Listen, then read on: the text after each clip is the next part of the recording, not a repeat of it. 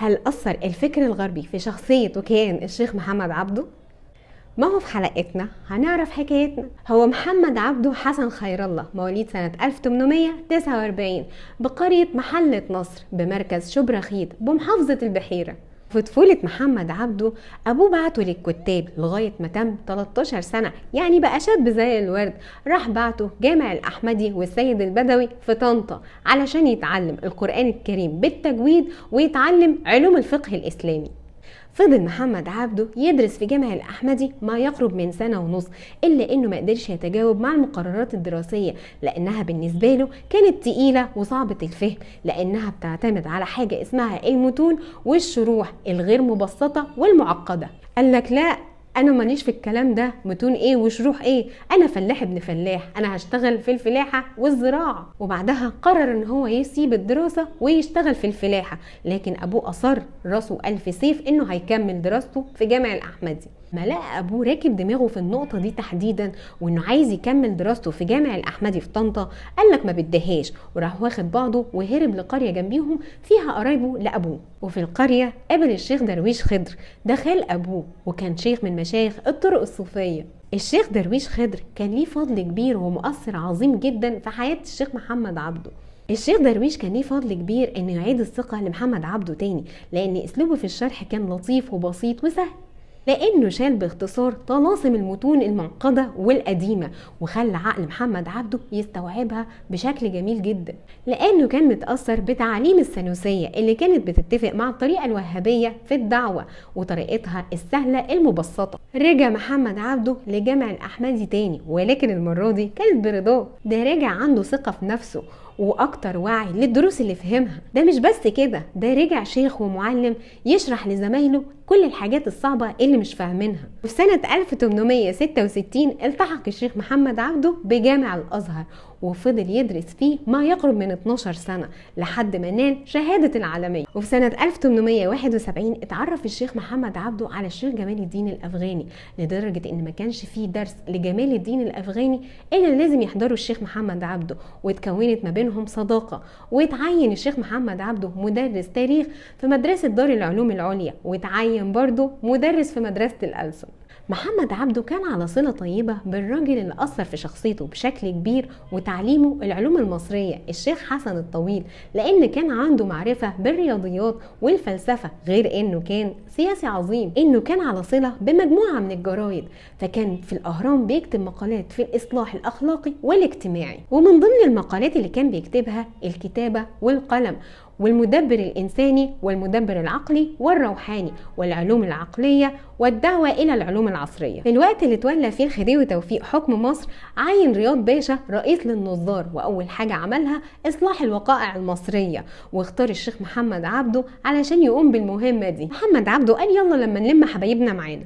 راح محمد عبده ضم ليه سعد زغلول وإبراهيم الهلباوي والشيخ محمد خليل وغيرهم، وصمم في الوقائع المصرية قسم غير رسمي بتكتب فيه مقالات عن الإصلاح الأدبي والاجتماعي، واشتغل فيها ما يقرب من سنة ونص لغاية ما بقت الوقائع المصرية دي منبر للدعوة والإصلاح. أحمد عرابي كان معروف عنه إن هو متداخل في الحياة السياسية حبتين، فشرع على الشيخ محمد عبده إنه يهتف ضد الإنجليز معاهم. محمد عبده كان مقلق شويتين من الثورة دي، لأن عزم النية إن كل توجيهاته وأفكاره تكون للإصلاح، وكان بيرفض التصادم أو العنف. بس الشهادة لله في الآخر شارك في الثورة العرابية وبدأ يهتف ضد الإنجليز، وفشلت الثورة واتحكم على الشيخ محمد عبده بالسجن واتنفى لبيروت 3 سنين. وانت مالك يا محمد يا عبده؟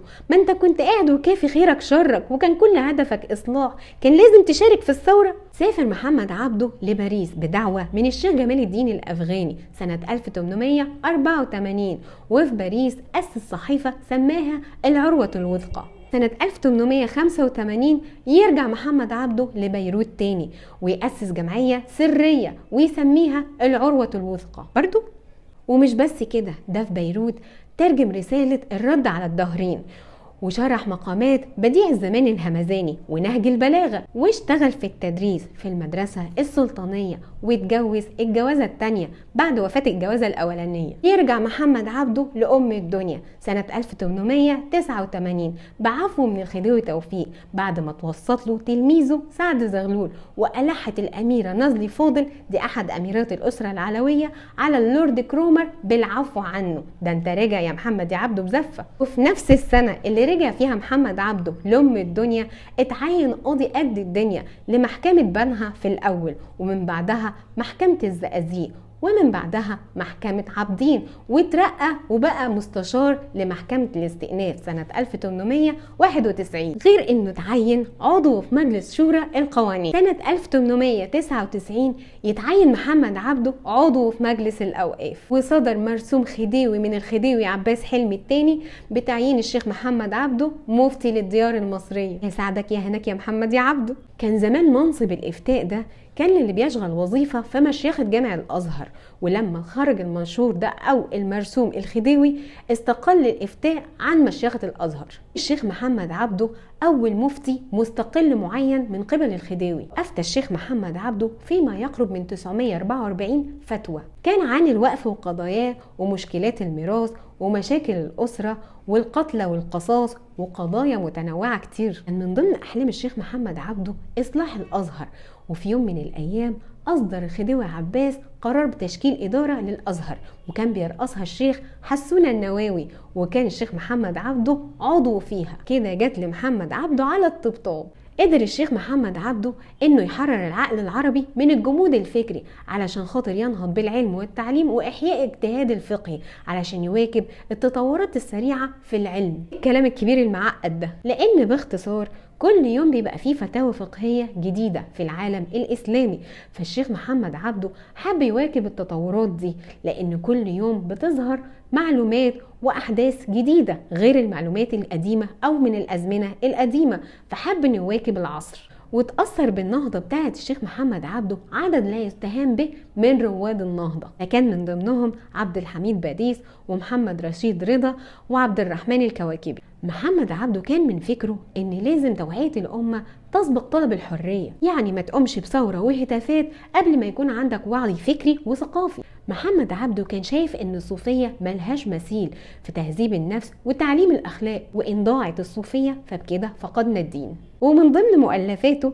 رسالة التوحيد، وشرح مقامات بديع الزمان الهمذاني، وشرح نهج البلاغة، وتقرير إصلاح المحاكم الشرعية والإسلام والنصرانية. أصبحت علاقة الشيخ محمد عبده بيشوبها شيء من الفتور مع الخديوي عباس، وزاد الفتور ده بعد رفض الشيخ محمد عبده لاقتراح الخديوي عباس باستبدال أرض من الأوقاف لأرض تخص الخديوي. راح الشيخ محمد عبده قال له لا، انت مش هتاخد الأرض دي غير لما تدفع 20,000 جنيه فرق بين الأرض دي والأرض دي. طبعا الخديوي عباس شن حرب ضد محمد عبده وقال له انت نسيت نفسك ولا ايه؟ شن هجوم صحفي غير طبيعي لتشويه صورة الشيخ محمد عبده قدام الكل. طبعا الغاوي ينقط بطاقيته، فكل واحد كان عدو للشيخ محمد عبده او واخد منه موقف فكان بيزيد في الزيطة ويشن حرب ضد محمد عبده. الشيخ محمد عبده زهق من الحرب النفسية اللي شنت ضده من الخديوي عباس وأعوانه، وكل ده علشان قال كلمة حق ضد الخديوي لما الخديوي اقترح باستبدال أرض الأوقاف بأرض الخديوي، ورفض انه يدفع الفرق اللي اقترحه الشيخ محمد عبده. راح الشيخ محمد عبده قدم استقالته من الأزهر، والكلام ده كان سنة 1905. وفي نفس السنة بدأت تظهر على الشيخ محمد عبده بعض الأعراض المرضية اللي اكتشفوا فيما بعد إنه سرطان، وتوفي في اسكندرية عن عمر يناهز 56 سنة، ودفن في القاهرة. ده غير إن رثاه كتير من الشعراء. ودي كانت رحلة الشيخ محمد عبده في الإصلاح والتنوير. أتمنى تكون الحلقة عجبتكم، وأشوفكم في حلقة جديدة من اعرف التاريخ.